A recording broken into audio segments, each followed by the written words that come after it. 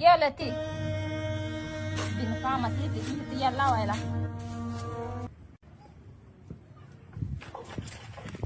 पुन्हा मला गिरान का देवा. बिन कामात येते ती याला लावायला.